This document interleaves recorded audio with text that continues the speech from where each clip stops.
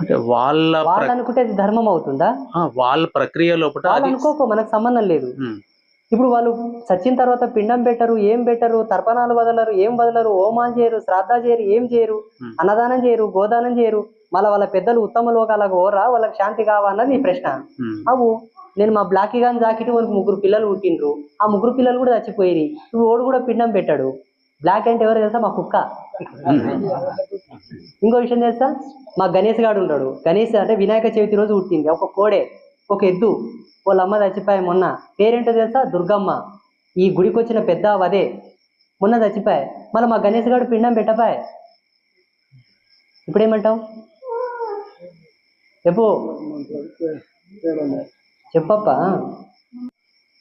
మనిషి చేత పుట్టినవి, మతి నుండి పుట్టినవి, మనిషి నిర్మించినవి కాబట్టి మతాలు.